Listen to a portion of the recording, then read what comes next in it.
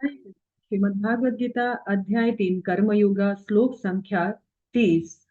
मयि सर्वाणि कर्माणि सन्न्यास्याध्यात्मचेतसा निरासी निर्मम भूत्वा युध्यस्व विगत जरा। अर्थात भगवान यहाँ बोल रहे हैं, अतः हे अर्जुन, अपने सारे कार्यों को मुझ में समर्पित करके मेरे पूर्ण ज्ञान से युक्त होकर लाभ की आकांक्षा से रहित, स्वामित्व के किसी दावे के बिना तथा आलस्य से रहित होकर युद्ध करो। यहाँ अर्जुन के माध्यम से भगवान हमें एक हम जैसे जन साधारण व्यक्तियों को भगवान उपदेश दे रहे हैं कि देखो, काम तो सभी को करना है, चाहे ज्ञानी हो चाहे अज्ञानी हो, लेकिन अगर इस ज्ञान में रहकर कर्म करे, किस ज्ञान में, तो कहा जाता है सारे कर्मों को मेरे लिए अर्पण कर दो। तो मई सर्वाणी कर्माणी, सारे कर्म मेरे लिए करो, मुझे अर्पण करते हुए करो।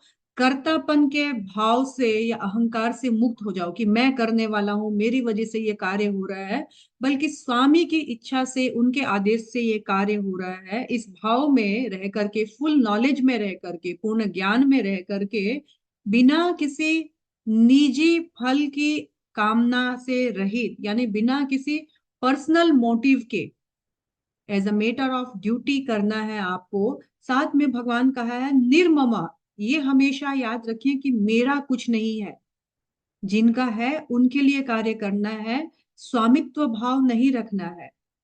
और इस फुल ज्ञान के साथ यदि हम मालिकपना का भाव नहीं रखकर दास के रूप में, सेवा के भाव से, बिना किसी पर्सनल मोटिव डिजायर के हम अगर सेवा करते हैं, तो भगवान बोलते हैं युद्ध करो, अरे कर्म में लगे रहो। लौकिक और वैदिक कर्म जैसा भी है, सभी प्रकार के कर्मों में लगे रहो, लेकिन मई सर्वाणी कर्माणी, सारे कर्मों को मेरे लिए कार्य करो।